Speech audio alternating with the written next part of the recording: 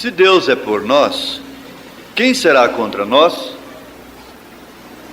É aos Romanos, capítulo 8, a partir do verso 31. Que diremos, pois, a estas coisas? Se Deus é por nós, quem será contra nós?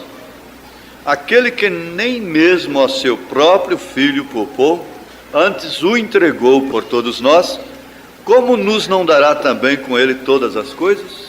Quem intentará acusação contra os escolhidos de Deus? É Deus quem os justifica. Quem os condenará? Pois é Cristo quem morreu, ou antes quem ressuscitou dentre os mortos, o qual está à direita de Deus e também intercede por nós. Quem nos separará do amor de Cristo? A tribulação, ou a angústia, ou a perseguição, ou a fome, ou a nudez, ou o perigo, ou a espada? Como está escrito: por amor de ti somos entregues à morte todo dia. Fomos reputados como ovelhas para o matador. Mas em todas estas coisas somos mais do que vencedores por aquele que nos amou. Aleluia! Porque eu estou certo de que nem a morte, nem a vida, nem os anjos, nem os principados, nem as potestades, nem o presente, nem o porvir, nem a altura, nem a profundidade, nem alguma outra criatura nos poderá separar do amor de Deus que está em Cristo Jesus, nosso Senhor. Amém. Vamos repetir juntos o verso 34. Quem os condenará? Pois é Cristo quem morreu, ou antes, quem ressuscitou dentre os mortos, o qual está à direita de Deus e também intercede por nós. Vamos repetir somente isto: o qual está à direita de Deus e também intercede por nós. Amém. Senhor, pedimos a Ti nesse instante, pela intercessão que o Senhor faz por nós junto ao Pai, que todos os nossos pecados estejam completamente apagados, mesmo as brincadeiras ou qualquer outra coisa que poderia ferir o Teu Espírito Santo. Ó Deus, e não deixa nada embargar a atuação do Teu Santo Espírito, que Tu venhas ser entronizado em nossos corações, de uma maneira efetiva. Em nome de Jesus Cristo, nós Te pedimos e agradecemos estas bênçãos. Amém. Amém. Podeis assentar.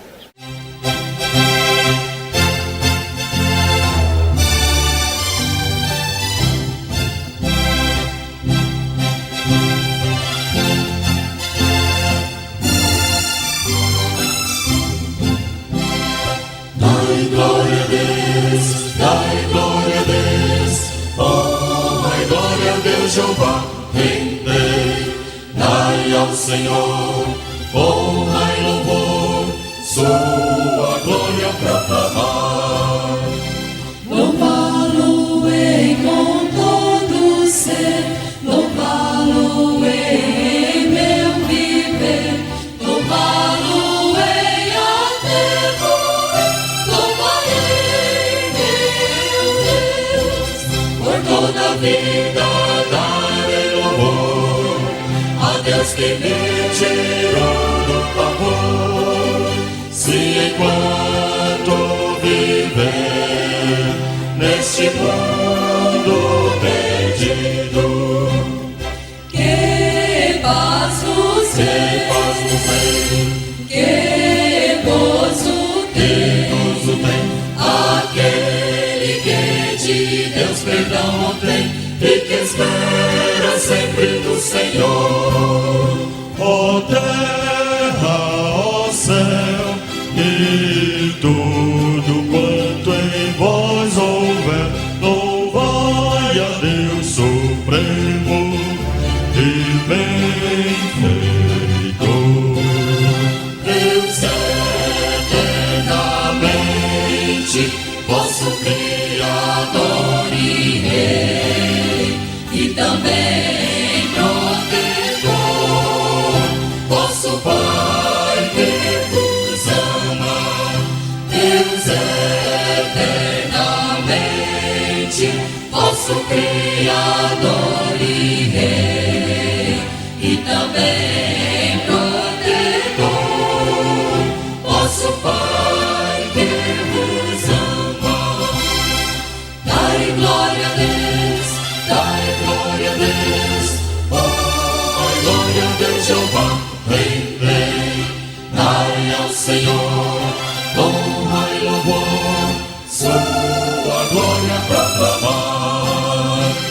Louvá-lo-ei com todo ser, louvá-lo-ei em meu viver, louvá-lo-ei até morrer, louvarei meu Deus, por toda a vida darei louvor a Deus que me tirou do vapor. Se enquanto viver neste mundo perdido, que paz nos vem, que gozo tem aquele que de Deus perdão obtém e que espera sempre no Senhor.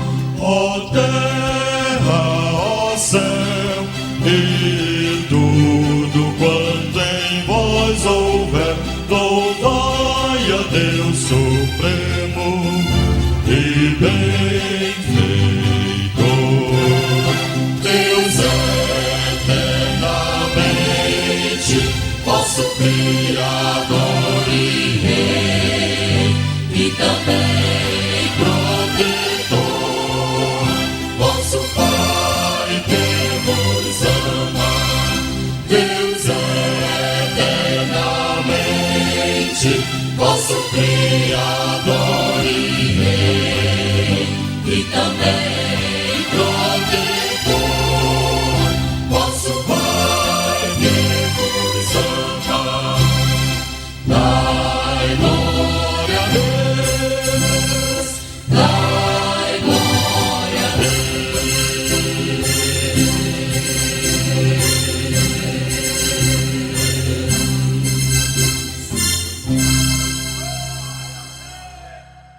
Amém. Amém. Vamos inclinar nossas cabeças mais uma vez. Senhor, estamos em uma das oportunidades mais importantes que uma pessoa pode ter aqui na terra. É vir à tua casa, assentar-se em lugares celestiais e tratar das coisas do Senhor como elas são, como devem ser tratadas. O mundo perdeu o senso disto, mas tu vieste restaurar esse princípio, o temor, a piedade, toda essa estatura do varão perfeito, que aqueles insetos, aqueles besouros comeram durante as eras. E nós te agradecemos porque estamos dentro desse círculo da grande restauração. Nós te pedimos que tu venhas aceitar a nossa adoração ante o teu trono de graça, as intercessões e os louvores que já foram levantados a ti. Te pedimos que sejam aceitos. Orações cantadas, hinos espirituais, e cada irmã e cada irmão, com atenção voltada para ti, com seus espíritos sob o domínio do Senhor, como quem está diante do Rei dos Reis, do Senhor dos Senhores. Dá-nos temor nesta hora, e que Satanás não tenha lugar nesta reunião, senão para ser mais uma vez desmascarado, ser expulso. Se tem alguém aqui entre grades de medos, de traumas e complexos, doenças e enfermidades malignas, espíritos de enfermidades, espíritos de adultério e qualquer outra coisa, alguém sujeito a qualquer crime, a qualquer desastre, a qualquer roubo, que o ladrão seja repreendido, que o acidente seja evitado para a tua glória. Nós te agradecemos por isto. Pedimos isto em nome de Jesus Cristo, pelo teu poder. Amém. Glória a Deus. você aprenderá a estar na presença de Deus, às vezes sem nenhum gemido, muitas vezes lágrimas teimosas correndo na sua face. Mas nós temos aqui um assunto importante que está sobre o trono de intercessão. Eu quero vocês com bastante atenção, porque se trata de um bem muito grande para nós. Se trata do trono de intercessão. Trono é um assento de importância especial, não é certo? Onde o rei se assenta para julgar, receber intercessões, súplicas, e onde ele se assenta para decidir. Nós sabemos que reino é justamente isto aí. É um povo dirigido pelo mesmo governo, por um homem, né? Todo o poder concentrado em um homem. E toda a governança sai dali. É muito bom um rei justo, não é? Piedoso. A Bíblia fala sobre isso. Agora, o trono simboliza também dignidade e autoridade. Por senso comum, a gente entende que trono é um assento especial. E neste assento especial, o rei exerce o seu domínio. Se ele é piedoso, se ele é justo, ele expressa através do seu poder, porque tudo está concentrado nele.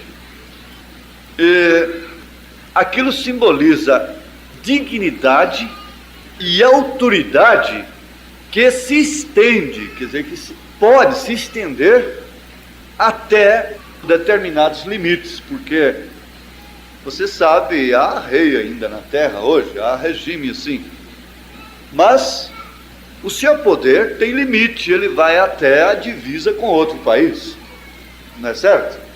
Mas que valeria um rei estar ali, assentado num trono, que fosse de ouro, de brilhante, mas sem ter um reino, sem ter um povo, sem ter um campo, gente sobre a qual ele reinasse, dirigisse, decidir, dominar, reger, decidir nas guerras e etc. Então não existiria. Não havendo povo, não há nação. Não havendo povo, não há reino.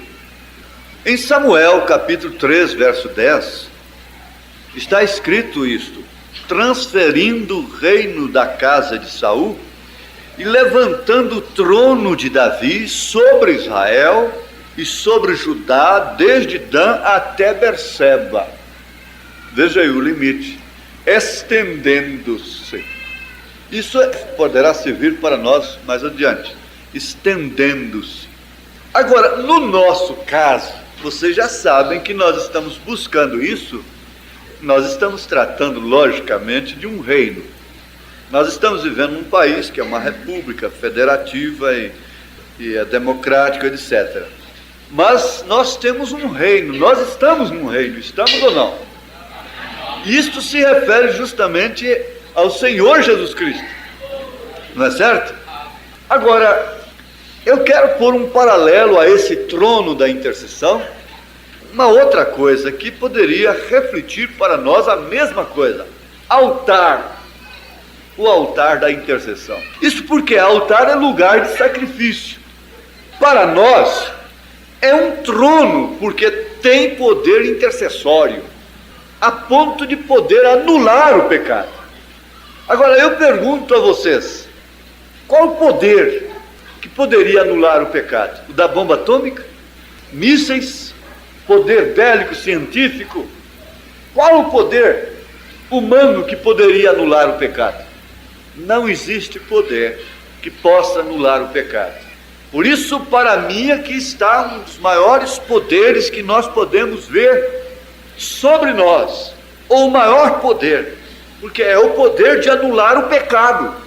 E por isso, a Bíblia, o irmão Branham mostra isso como um trono de intercessão. A coisa já sai dali decidida, é um assunto resolvido.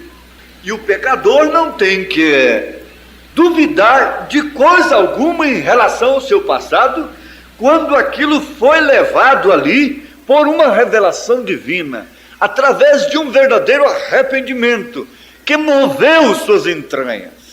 e que o fez um homem, uma mulher penitente ante esse trono de graça. Isso é uma conscientização que nós estamos tendo, uma lembrança.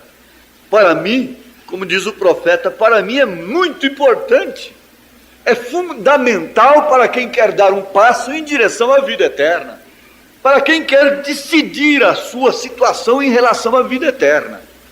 E eu perguntei outro dia, o que adianta uma pessoa se apresentar diante do médico, pagar uma consulta, o médico diz que você tem? Eu não tenho nada. Não sinto nada, doutor. Então você veio me fazer uma visita, pagou para me visitar? Não, eu não tenho dor de cabeça, eu não tenho problema nenhum. Mas quando a pessoa vai ao médico, ela chega e diz, está doendo aqui, está doendo ali, está doendo assim. São esses os sintomas. Está bem? O pecador deve buscar a Deus como pecador. O publicano pecador dá uma lição desta para nós. Aquele outro estava diante de Deus, dizendo, eu não sou como este publicano.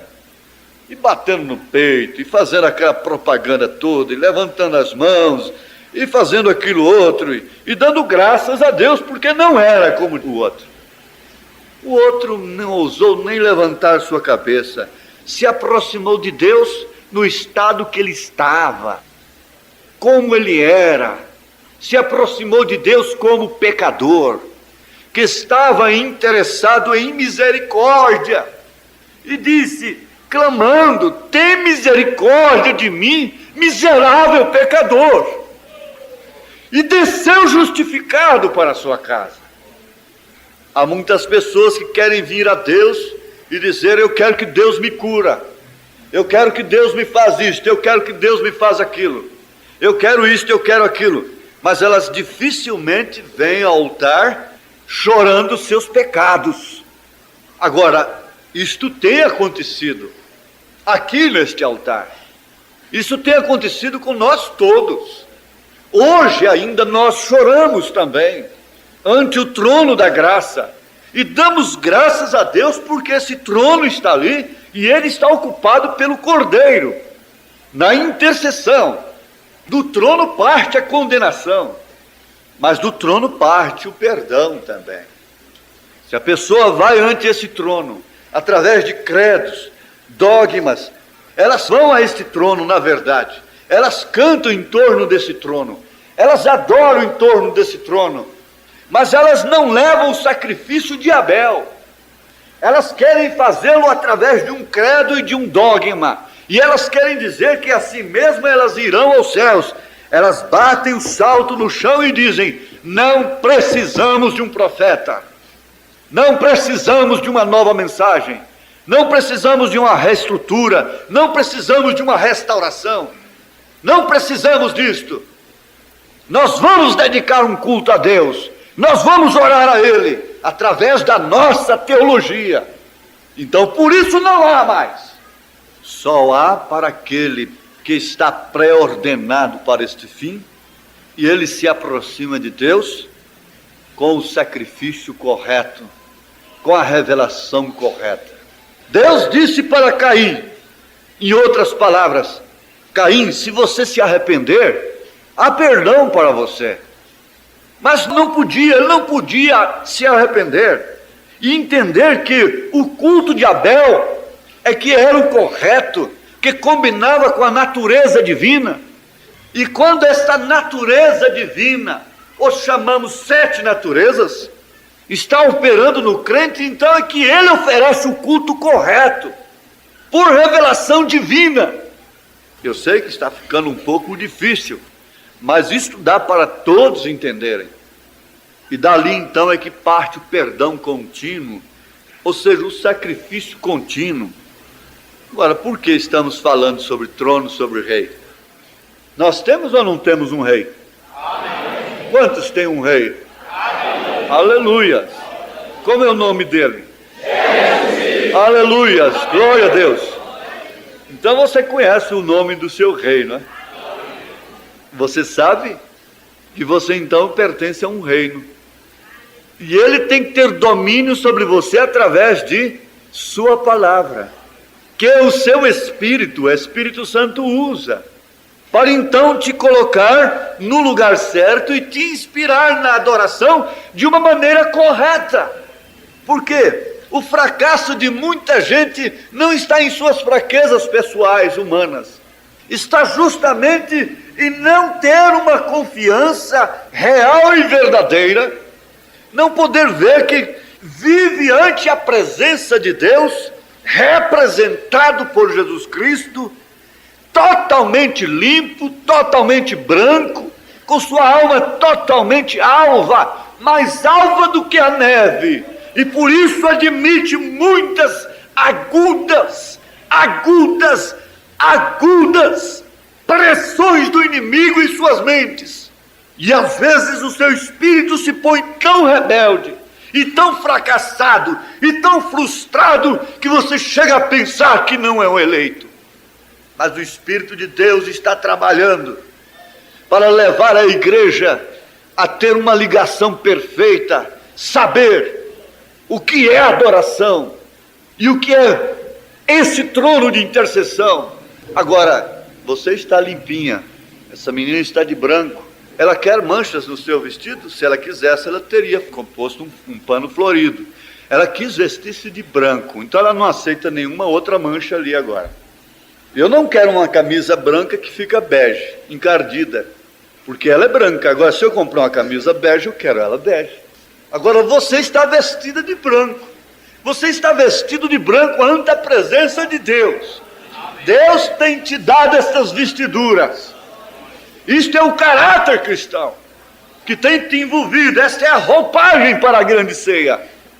Agora, quem quer mancha neste branco? Quem quer uma florzinha vermelha ali? Não, quando você põe branco, você quer branco. Se eu quisesse com flores, eu teria comprado com flores, florido. Bom, você não vai ter que andar só vestida de branco, não vai entender isso, o vestido do corpo físico. Eu estou falando do caráter, da roupagem espiritual. Isso aí a gente toma o natural para explicar o espiritual. Eu estou falando de uma coisa que está dentro de você, na questão de suas decisões íntimas, que está junto até às suas emoções e sensações, relacionadas com seus sentidos.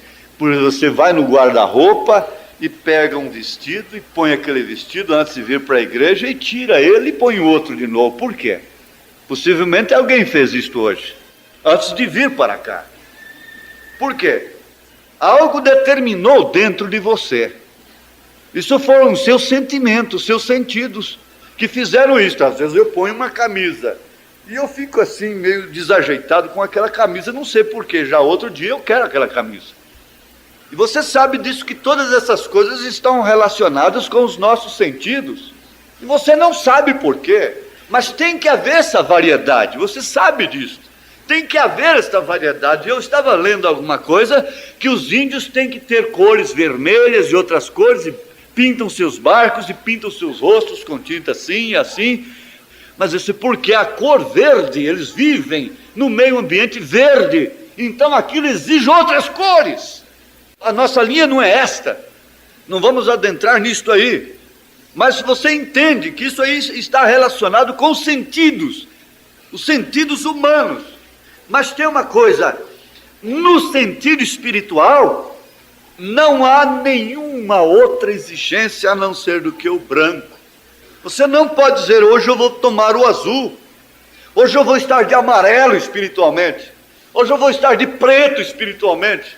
Ora, uma roupa preta senta tanto em determinadas horas, não é certo? E no entanto é uma roupa preta, mas espiritualmente você não vai sofrer isso, você não sofre isso. Não há nenhum desejo, nenhuma decisão sentimental que possa te desejar colocar uma roupa amarela espiritualmente falando.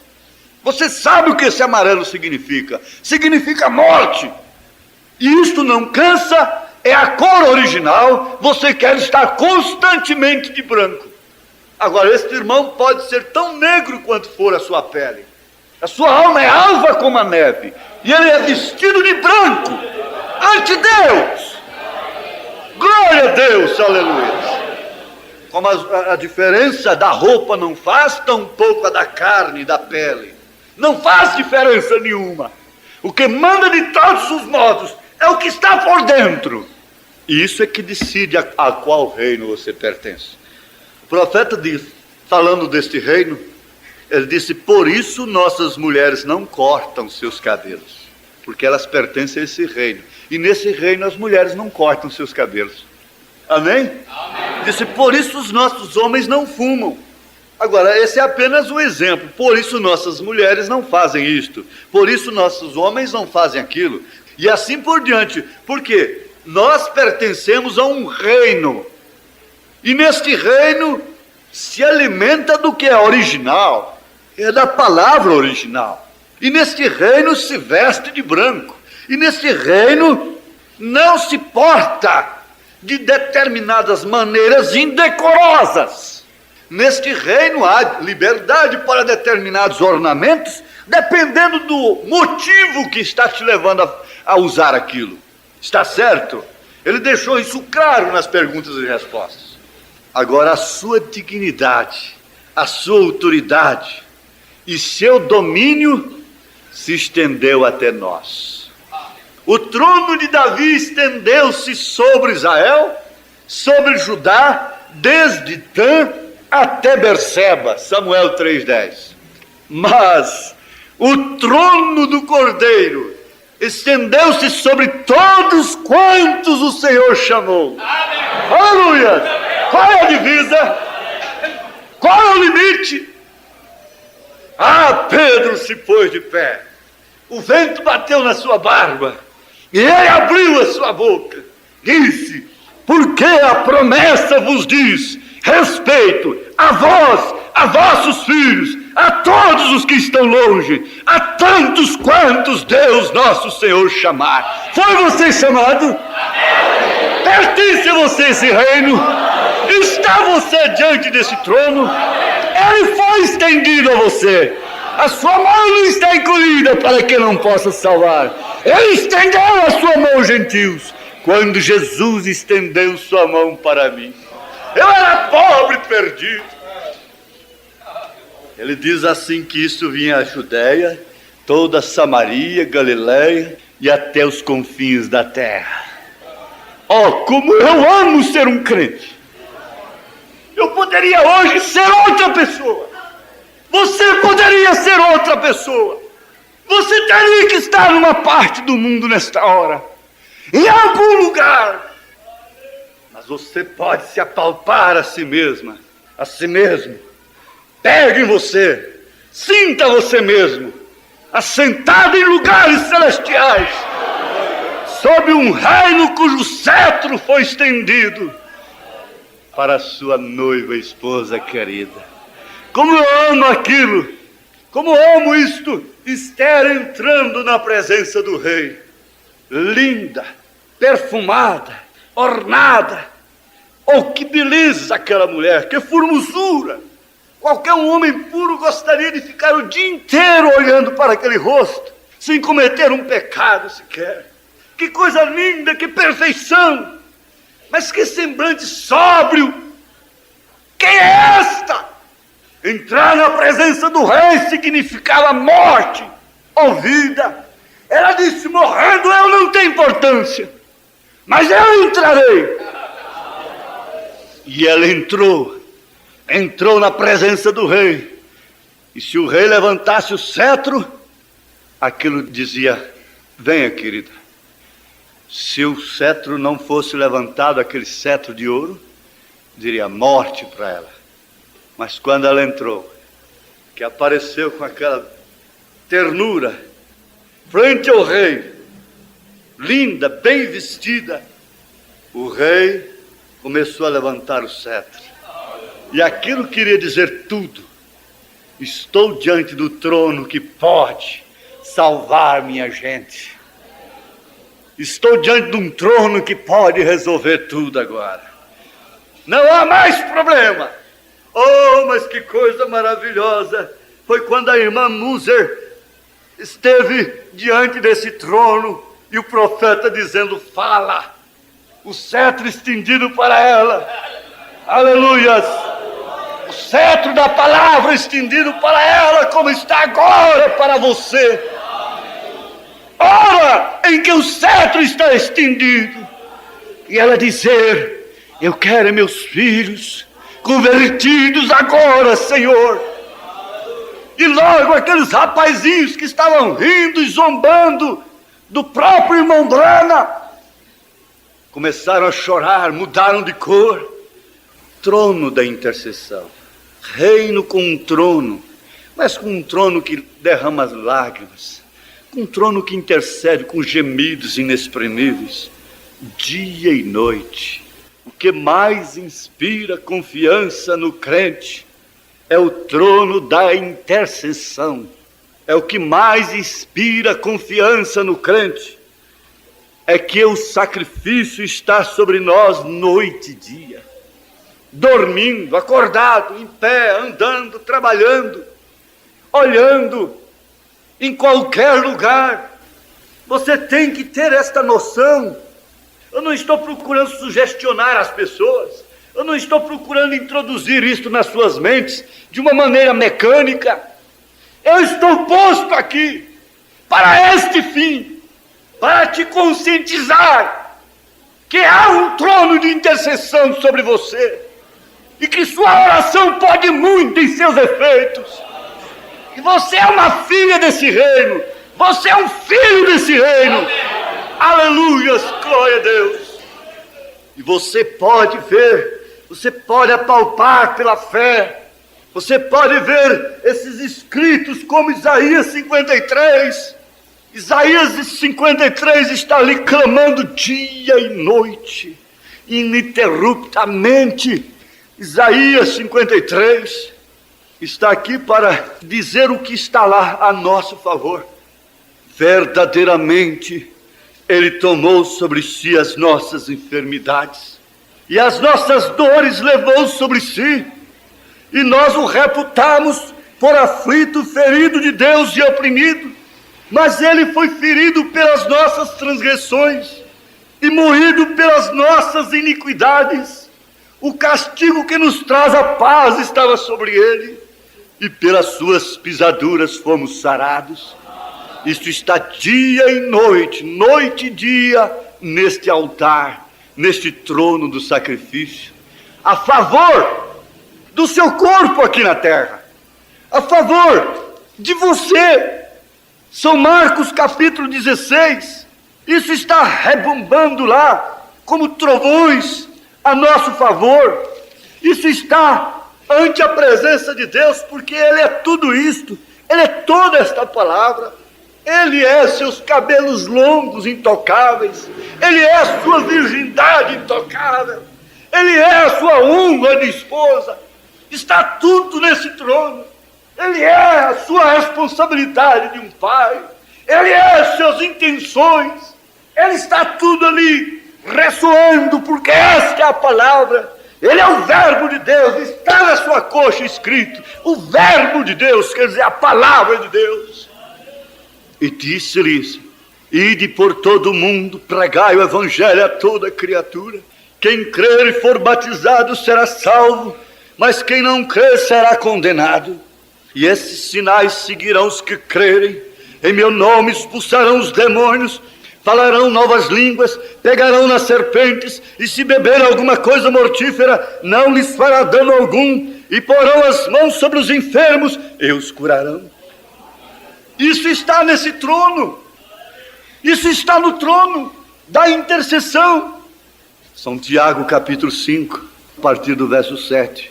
Pacientes, tudo isso está no trono. É o Cordeiro, é a palavra. Pacientes até a vinda do Senhor. Eis que o lavrador espera o precioso fruto da terra, aguardando-o com paciência, até que receba a chuva temporã e serôdia. Sede vós também pacientes, fortalecei os vossos corações, porque já a vinda do Senhor está próxima. Irmãos, não vos queixeis uns contra os outros, para que não sejais condenados. Quando você vai ante esse trono, tudo isso está lá. Tudo está nesse trono, é Ele que está. E você vê estas coisas e se arrepende. E você tem que chegar com isto lá, vendo tudo isto. Irmãos, não vos queixeis uns contra os outros, para que não sejais condenados quando fores diante desse trono. Eis que o juiz está à porta. Meus irmãos, tomai por exemplo de aflição e paciência os profetas que falaram em nome do Senhor. Eis que temos por bem-aventurados os que sofreram. Ouvistes qual foi a paciência de Jó, e vistes o fim que o Senhor lhe deu, porque o Senhor é muito misericordioso e piedoso. Isso está lá no trono. Você está compreendendo? Toda essa escritura está ali. Mas sobretudo, meus irmãos, não jureis nem pelo céu, nem pela terra, nem façais qualquer outro juramento, mas que a vossa palavra seja sim, sim, não, não, para que não caiais em condenação diante do trono. Você vai orar. Está alguém entre vós aflito? Isso está lá. Ore. Está alguém contente? Cante louvores. Está alguém entre vós doente? Chame os presbíteros da igreja e orem sobre ele, ungindo-o com azeite em nome do Senhor. Isso está ante o trono. Que trono poderoso! Filho, vai, os teus pecados estão perdoados. E eles logo começaram: quem tem poder para perdoar pecado? Eles não sabiam que ali estava o trono da intercessão. Andando, comendo peixe assado, comendo mel, cansado do caminho. Filho, os teus pecados estão perdoados. Aleluias.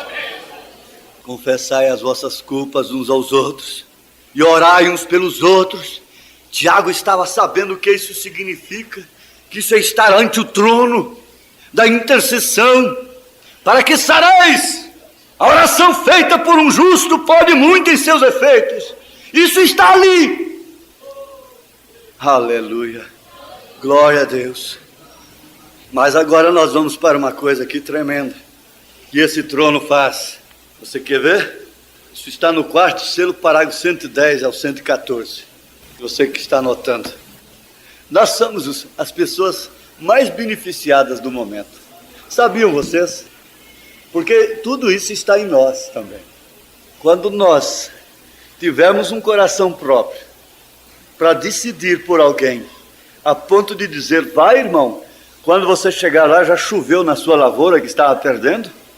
Oh, que trono de decisão, que trono de intercessão. Que quando você vê alguém fracassado, alguém errar, interceder, isso é sinal que esse trono está em você. Eu já estou adiantando, eu quero chegar lá. Agora, enquanto o intercessor estiver ainda sobre o trono, vamos chamá-lo pelo nome, Satanás pode continuar suas acusações, porque ele é o advogado do lado oposto. Ele é o contendor de Jesus Cristo. Cristo está ali e o adversário diz: porém espere, acusando. Adão caiu, eu venci. Eu enganei a sua esposa para que cresce numa mentira. E ele está avantajado por isto. E ele está seguro que ele fará isto conosco também. Ele está seguro que fará isto contigo. Ele está certo que fará isto conosco. Fará com você. Porque ele diz assim: eu fiz com Adão. Adão que nunca tinha pecado. E eu consegui. Aquela mulher eu consegui. Eu consegui conquistar uma mulher que nunca tinha visto um precedente, um caso precedente. Por que eu não vou conquistar esta, quando até a sociedade já naturalizou a coisa? Você tem que saber que ele está trabalhando dia e noite também. E ele é avantajado. Ele disse: eu conquistei a mulher dele, eu venci, eu fiz ela crer numa mentira, e através dela eu trouxe uma semente, a minha semente, a semente da serpente. E você disse que por isso ela seria condenada, você mesmo falou. É a acusação dele. Ele pega a Bíblia e te acusa. Ele pega a mensagem e te acusa. Ele pegou a Bíblia para derrotar a Jesus, lá no monte da tentação. Ele pegou, não foi outro pergaminho, não foi outra coisa. Ele pegou, foi a Bíblia. Ele pegou, foi o Salmo 91, para tentar a Jesus Cristo. Porém ali também está o mediador. Amém. Amém. O Redentor semelhante, amém. Está parado ali com sangue que pode tomar o coração do pecador mais vil, mais baixo, mais imundo, e mudá-lo, e transformá-lo. O mediador está sobre o trono, sim, Senhor. Satanás disse: são culpados. E vem e fala na sua mente. Jesus respondeu: não, não, não, não são. Não, mas eles são culpados. Ela fez isto, ele fez aquilo, ela fez isto. Ele te leva, lhe tenta para fazer determinadas coisas, para depois mesmo ele te acusar ante o trono. Ela fez isto, ele fez aquilo. Jesus Cristo disse: não, não são culpados. O cloro foi inventado, fabricado para tirar as manchas, para desfazer a cor da tinta ou de qualquer outra mancha. Manchou seu vestido? O cloro está aí. O cloro desfaz e você não pode encontrar nem os elementos mais, porque regressa outra vez a gases, a luz cósmica, a moléculas e aos elementos originais de onde vieram. Se é uma criação, tem que ter um criador. Porém, todas as substâncias químicas que foram fabricadas e compostas, todas são desfeitas e não fica nada. Mesmo a água da tinta se une ao cloro, o qual é cinza. Amém. Glória a Deus, tudo é limpo ante esse trono. Isso é o que o sangue de Jesus Cristo faz para o verdadeiro Filho de Deus, que confessa o pecado e se encontra justificado em sua misericórdia e bondade. É algo tão tremendo que Deus diz: nem o posso recordar jamais. Eu me lembro, você se recorda, mas ele não se recorda. Não, nem posso recordar jamais. Ele é absolutamente meu filho, minha filha. Em verdade te digo que se disseres a este monte: lança-te ao mar, e não duvidares em teu coração, antes creres que receberás o que tens pedido, assim sucederá, e podes ter o que tu pedes. Tu és um filho redimido. Amém. Eu sei que isso é verdade. Filho do rei. Amém. Glória a Deus. Coisa boa é pregar, falar com filhos do rei. Glória a Jesus. Agora, até quando esse cordeiro vai ficar no trono? No trono da intercessão. Até quando? Agora sim.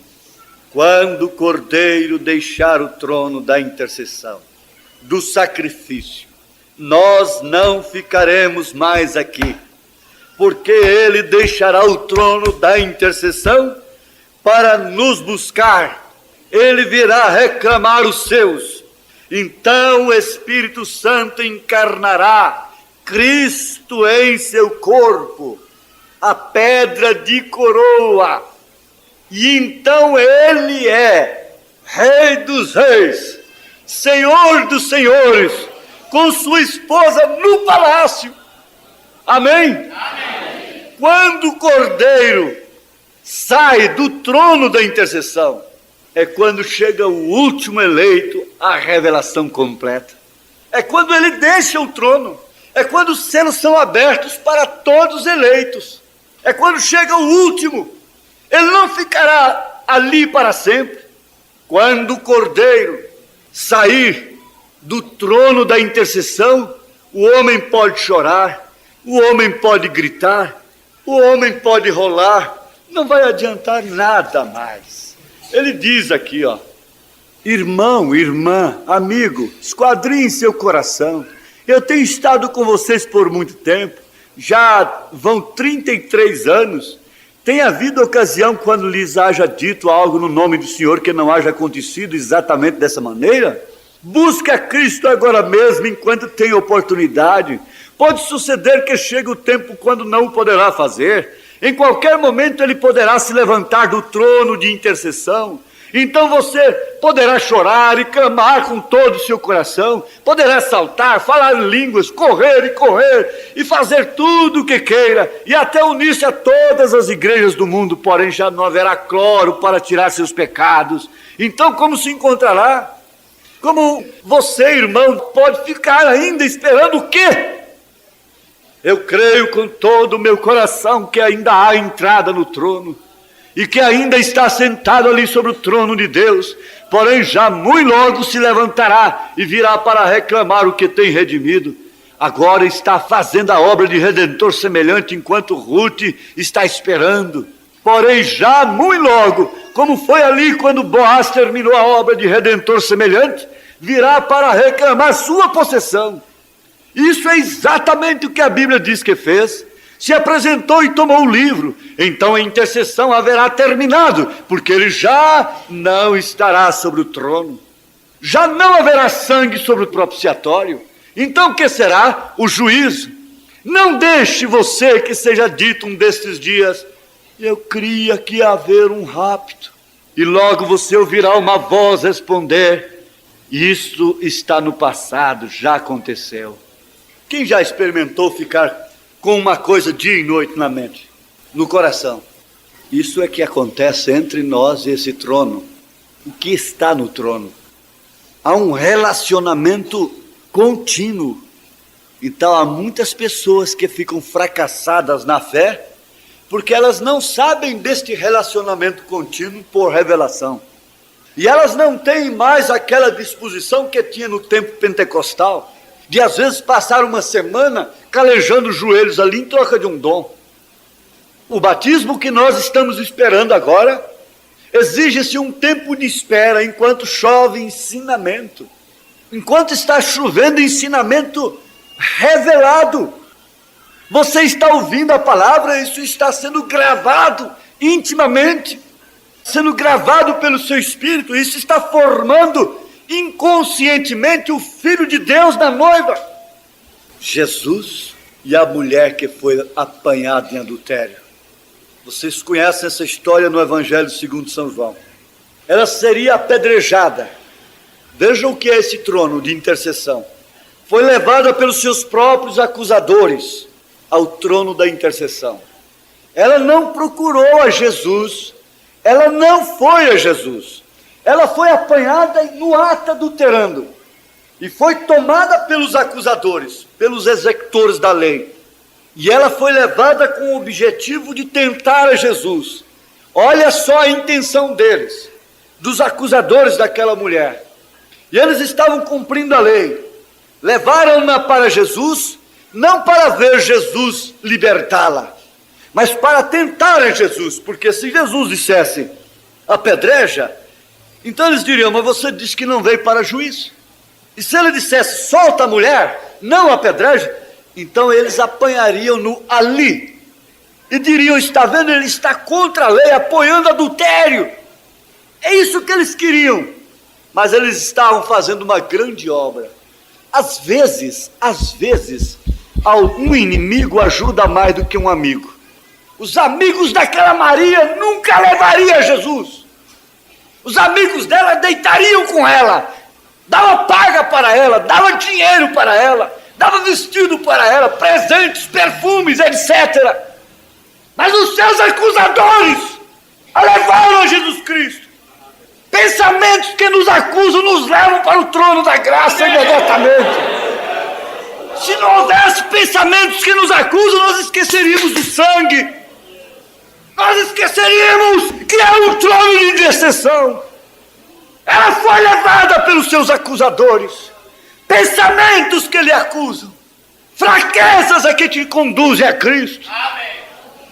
Por isso ele disse para São Paulo: é na fraqueza que a minha força se aperfeiçoa.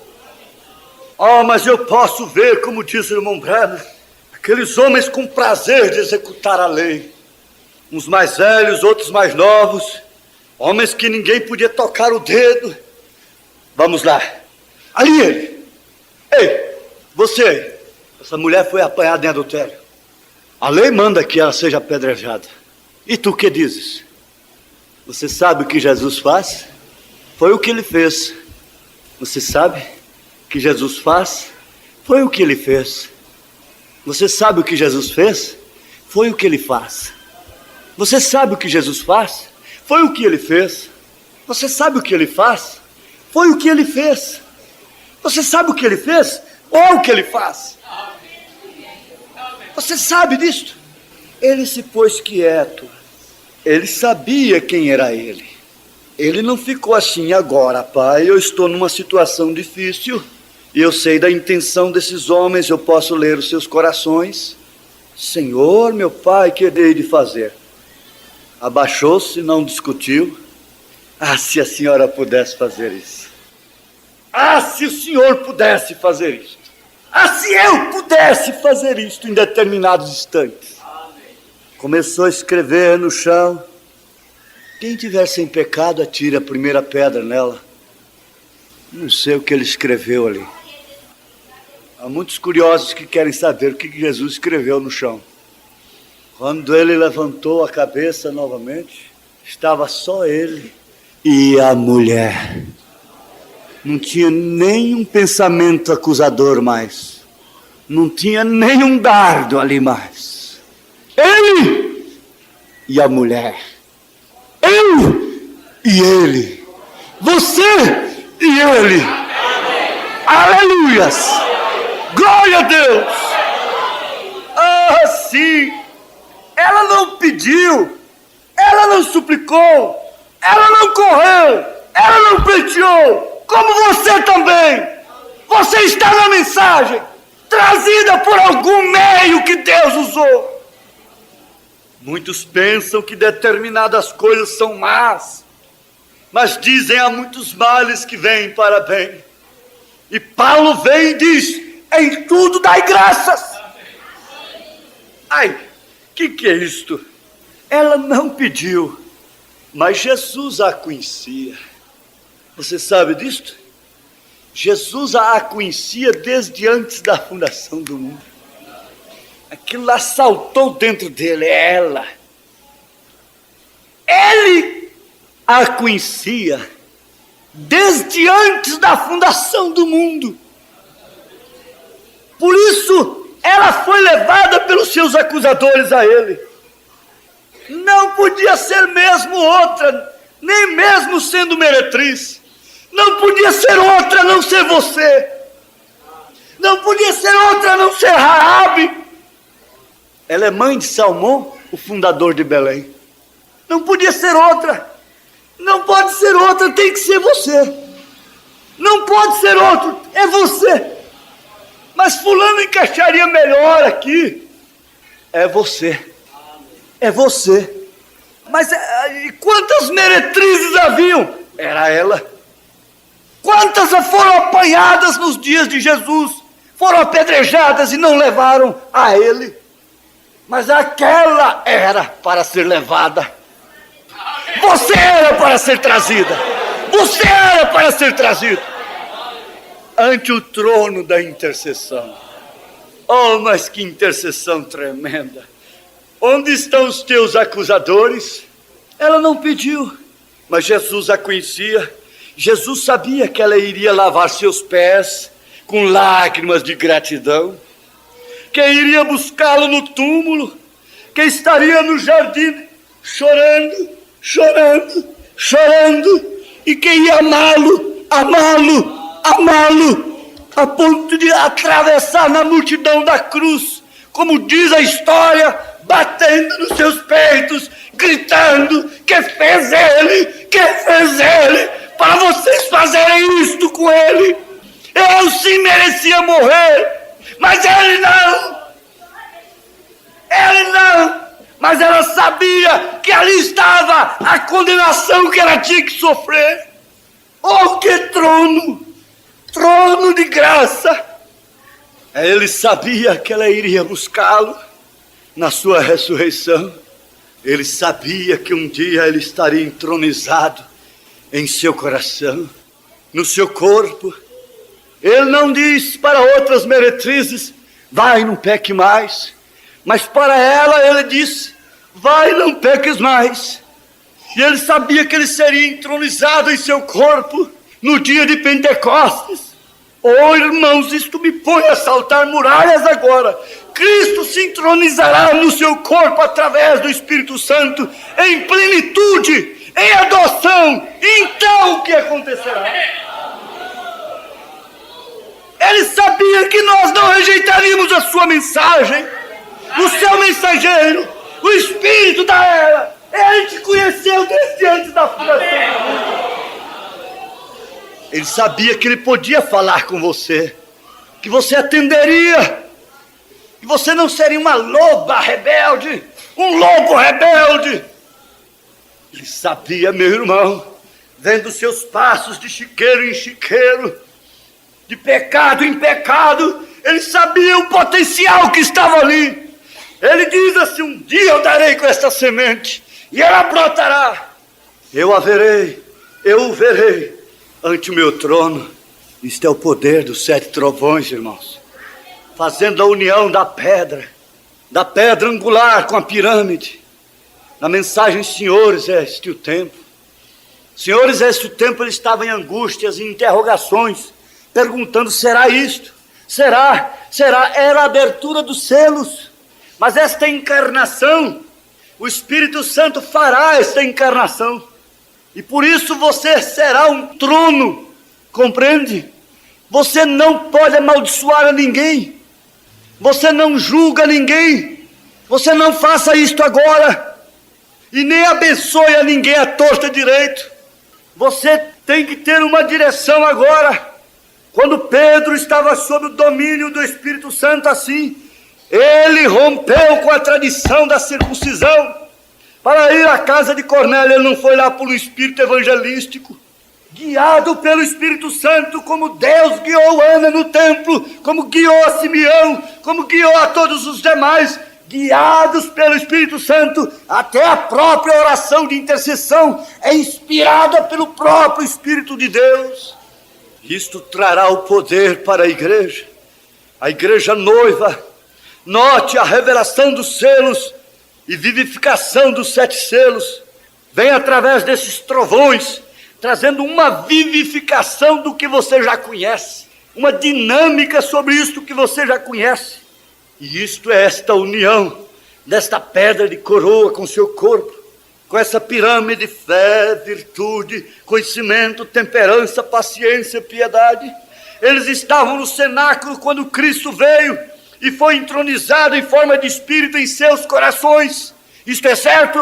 Amém. Jesus foi Senhor da igreja primitiva, Rei dela, tinha o reino sobre ela. Mas hoje, se nem o marido pode reinar sobre uma mulher não pode nem estar sob o domínio do esposo, como estará sob o domínio de Cristo? Pedro falou isso com Sara, com as mulheres, dando exemplo de Sara.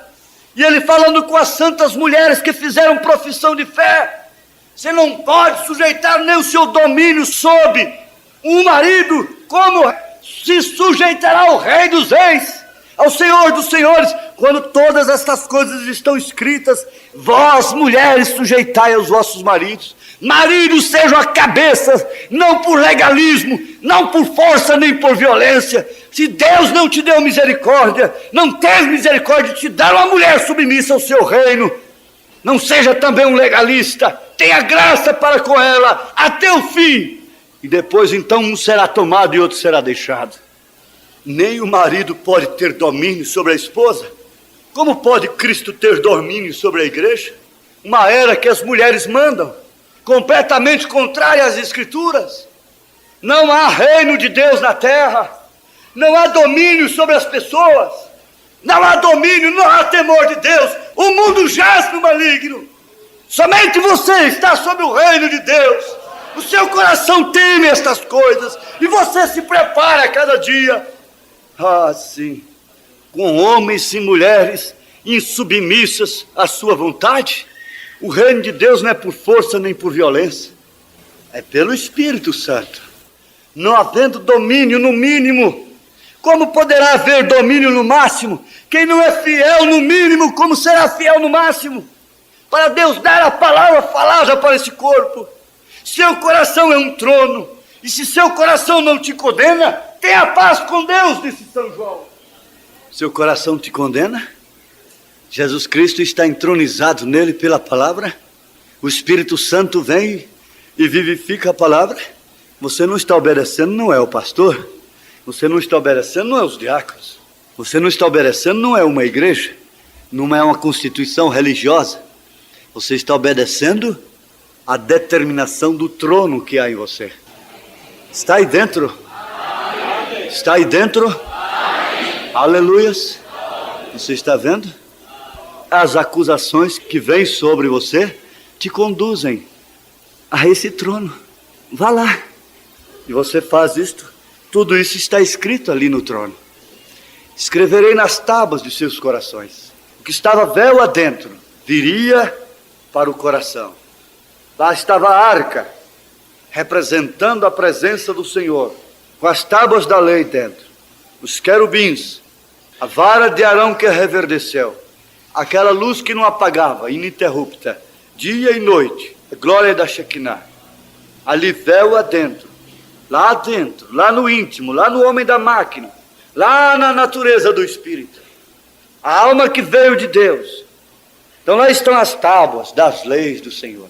Lá está o que é a mulher, lá está o que é o homem. A mulher cristã está lá, o timbre, está a marca, o que é ser uma mulher. O homem está escrito lá, está marcado o que é ser o homem cristão. Isso reverdece, isso dá fruto, isso salta para a vida eterna. Isso te põe no reino, isso te faz rainha, isso te põe no trono com ele. E aquele que vencer, assentar-se-á no meu trono comigo. Vamos ficar de pé.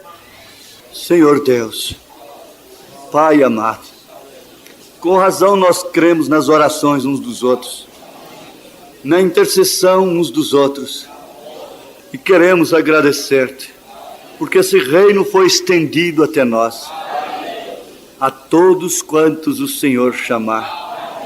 Pertencemos ao reino batizado em nome de Jesus Cristo. Pertencemos ao reino que recebeu a promessa do Espírito Santo. A promessa do Espírito Santo. A promessa, não propriamente os dons, mas o dom do Espírito Santo. Essa foi a promessa dele. E esse Espírito Santo tem nos levado à mensagem da era. Nós estamos nela. Ela está em nós, e cada pessoa anda assim, Senhor, segundo o seu coração. Nós cremos, ó Deus, que nenhum sentimento mau pode operar em nosso coração, que seja contrário à tua palavra, e ser alimentado por nós, consentido por nós. Não, há acusadores na verdade, mas que nos levam a pensar no sangue, a manifestarmos a vida de Cristo. Aleluia, Senhor. Agora, ó Deus, Isaías 53 está falando ali. Marcos 16 está falando ali também. São Tiago capítulo 5 está falando ali. E Marcos 16 diz: porão as mãos sobre os enfermos e os curarão.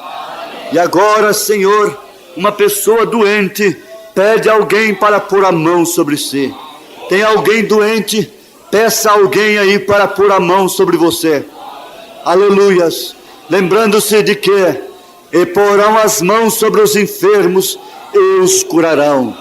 Aleluia, aleluia, glória a Deus. Aleluia, Senhor Jesus. Glória a Deus. Glória a Deus. São mãos santas que estão sobre você. Mãos que não pecaram. Mãos que são lavadas no sangue de Jesus Cristo. Mãos puras do santuário, sendo postas sobre você que está enfermo, sobre a criancinha doente, e o poder da intercessão unânime, operando contra toda a raiz do mal, contra toda doença, contra toda enfermidade, contra todo espírito maligno, em nome de Jesus Cristo. Amém. Amém. Quando Jesus estendeu sua mão, quando Ele estendeu sua mão para mim, eu era pobre, perdido, sem Deus, sem Jesus. Quando Ele estendeu sua mão para mim.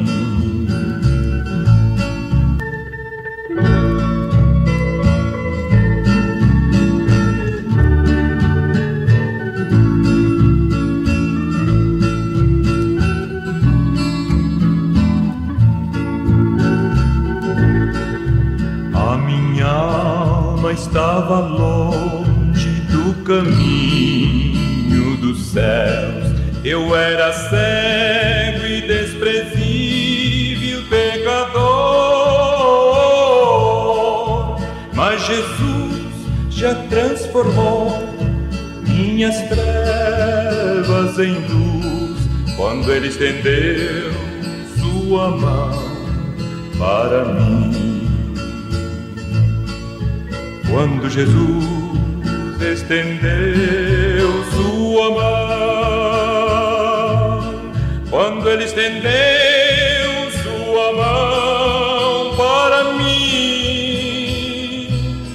eu era pobre, perdido, sem Deus, sem Jesus. Quando Ele estendeu sua mão para mim.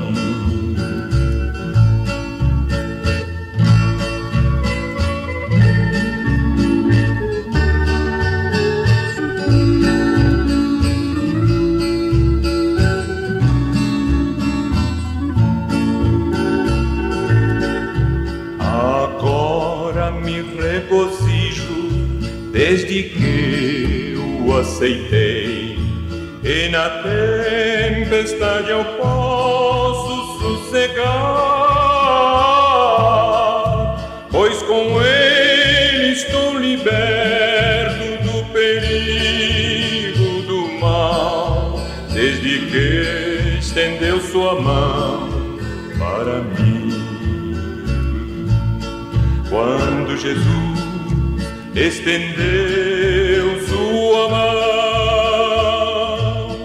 quando Ele estendeu sua mão para mim, eu era pobre, perdido, sem Deus, sem Jesus. Quando Ele estendeu sua mão para mim, quando Ele estendeu sua mão para mim, quando Ele estendeu